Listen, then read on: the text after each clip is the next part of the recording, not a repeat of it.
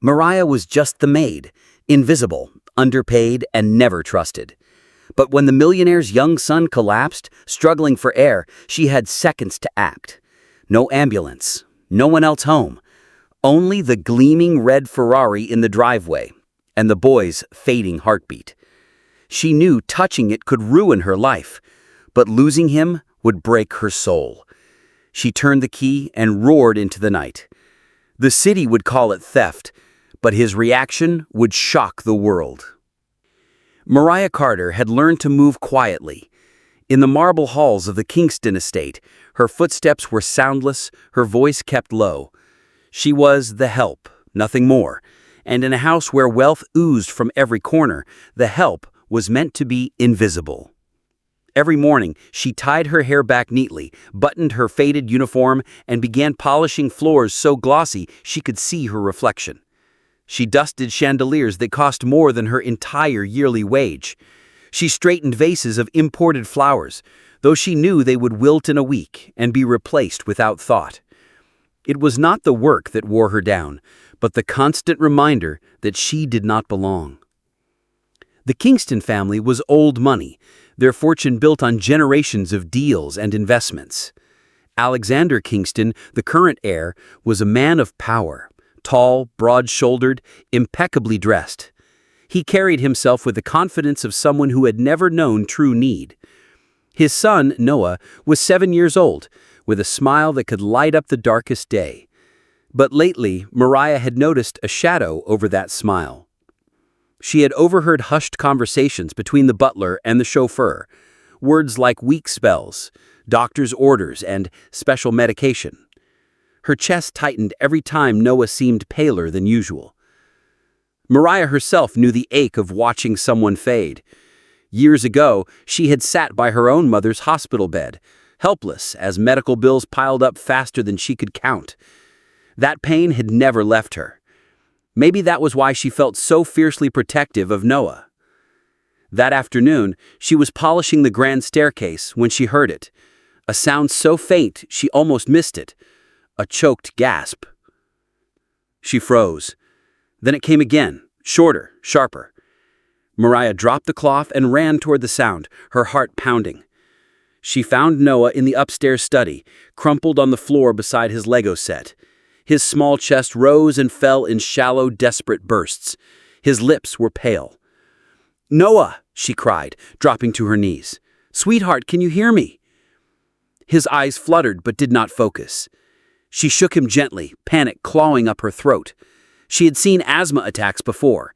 She recognized the struggle, the way every breath seemed to fight against an invisible wall. She looked around wildly. No inhaler, no medicine. No one else was home. Her phone? She pulled it from her apron pocket with shaking hands, dialing 911. The operator's voice was calm but distant. "Ma'am, an ambulance is on the way, but there's heavy traffic. Estimated arrival, 22 minutes.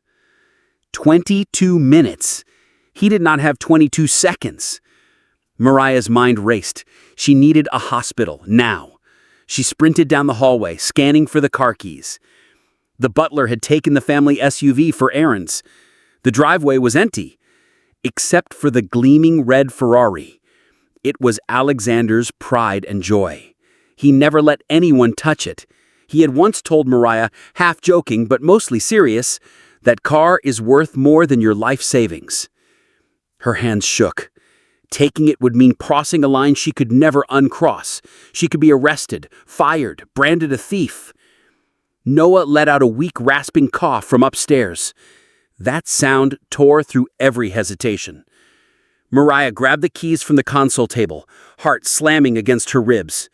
She scooped Noah into her arms, his tiny body frighteningly light, and settled him in the passenger seat, fastening the belt with trembling hands.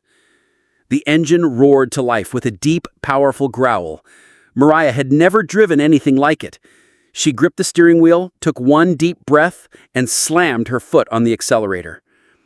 The tires screamed against the stone driveway as she tore out onto the road, red paint flashing under the afternoon sun. The city blurred around her. She prayed no police would stop her, prayed she would make it in time. She glanced at Noah, his breathing shallow, head lolling. "Stay with me, baby," she whispered, tears streaming down her cheeks. "I've got you." But deep down, she knew. She wasn't just racing the car. She was racing death. The Ferrari surged forward like a wild animal released from a cage. Mariah's hands clutched the steering wheel so tightly her knuckles turned white. The streets blurred past in streaks of gray and red. Her eyes flicked between the road ahead and Noah beside her. His breaths were shallow, his eyelids fluttering. "Stay with me, baby," she pleaded, her voice breaking. "Just a little longer." She pressed harder on the accelerator. The speedometer needle climbed higher than she had ever dared in her life. The engine's roar was deafening, but it could not drown out the sound of Noah's labored breathing. Traffic lights flashed red ahead. She swerved sharply into the oncoming lane, heart thundering as car horns blared. Every second felt stolen. Every turn was a gamble. Halfway down Jefferson Avenue, she saw flashing blue lights in the rearview mirror. A police cruiser had spotted her. No, not now. She knew what this looked like, a young black woman behind the wheel of a millionaire's Ferrari, speeding recklessly through the city. They would not see an emergency. They would see a criminal. The police siren wailed louder, closing in. She could almost hear the radio call. "Possible stolen vehicle. Initiate pursuit." Mariah's pulse hammered in her ears. She had seconds to decide, stop and lose precious time, or risk everything and keep going. She glanced at Noah. His lips had a bluish tint now. Her decision was instant. She floored it.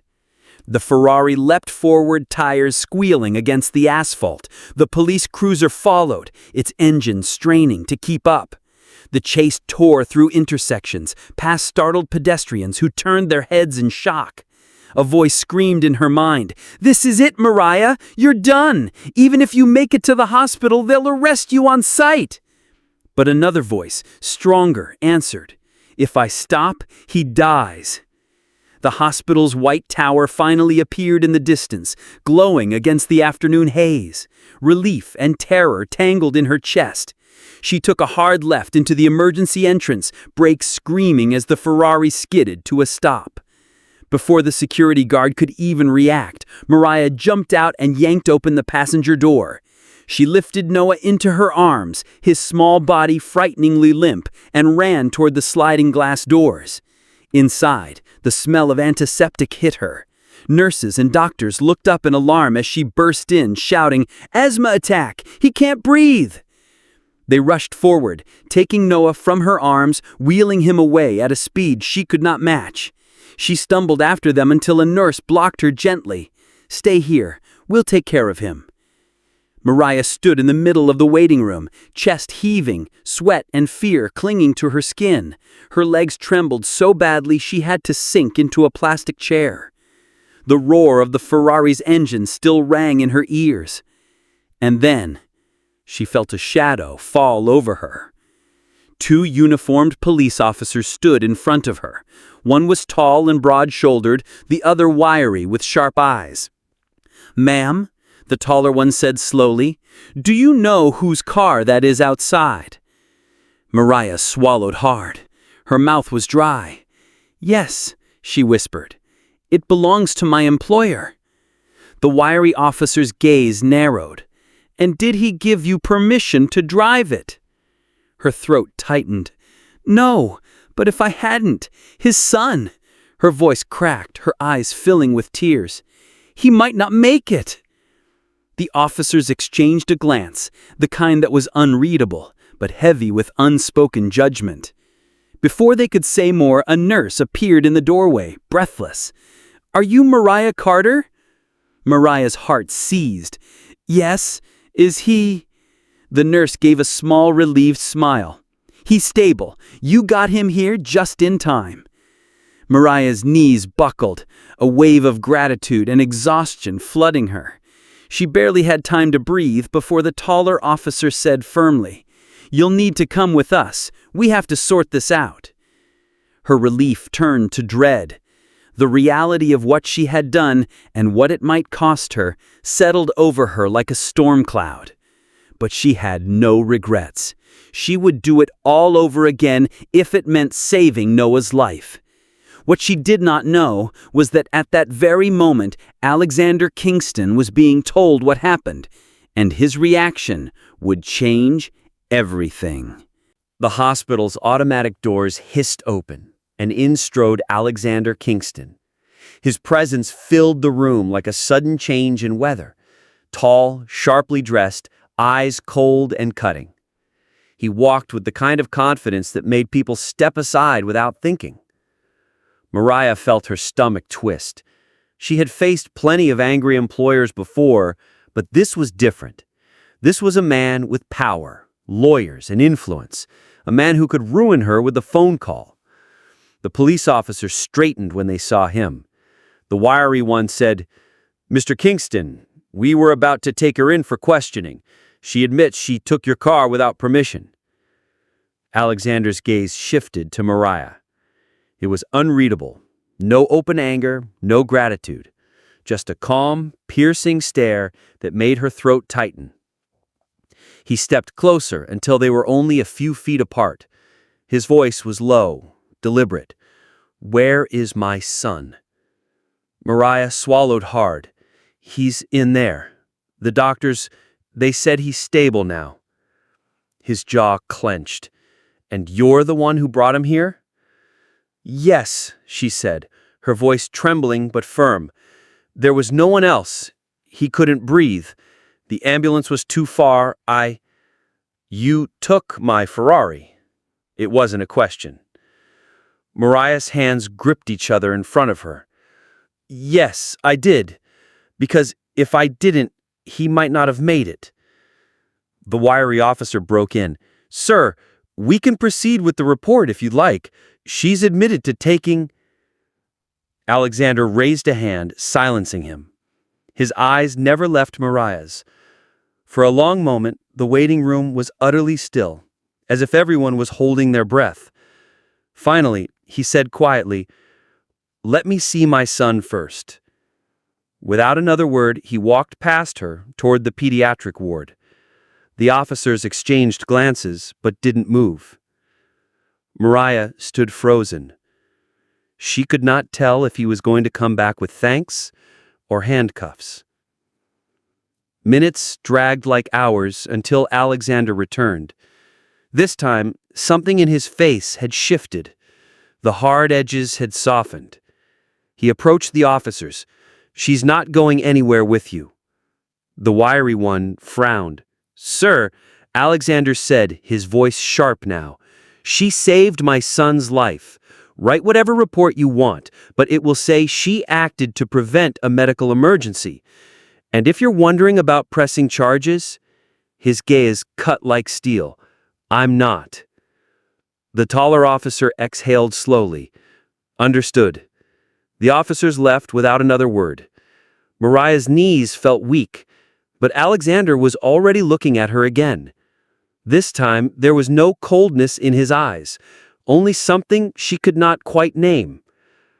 "I want you to tell me exactly what happened," he said, his voice lower now. "Every detail." She told him, the wheezing, the frantic search for help, the ambulance delay, the desperate decision.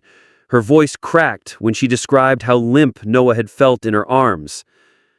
When she finished, Alexander was silent for a moment. Then he said, "You did the right thing." Mariah blinked. "I did?" "Yes, you broke the rules, but you saved my son's life. And there's nothing in my world more valuable than that." For the first time since she had known him, he gave her a faint, genuine smile. "Come on, let's go see him." As she followed him toward the pediatric ward, a weight began to lift from her chest. She still didn't know what this would mean for her job, her future, or her freedom, but for now, she knew one thing. The man whose trust she had feared losing was looking at her as if she had earned it forever.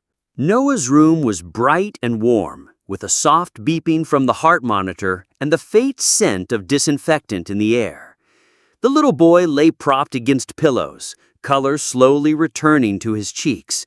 When he saw Mariah, his tired eyes lit up.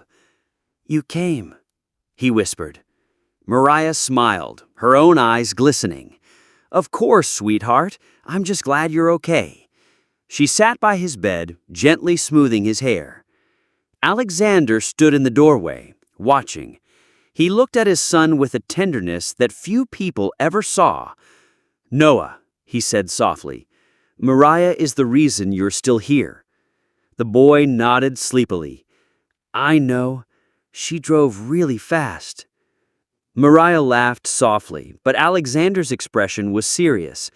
Faster than she should have, but exactly as fast as she needed to.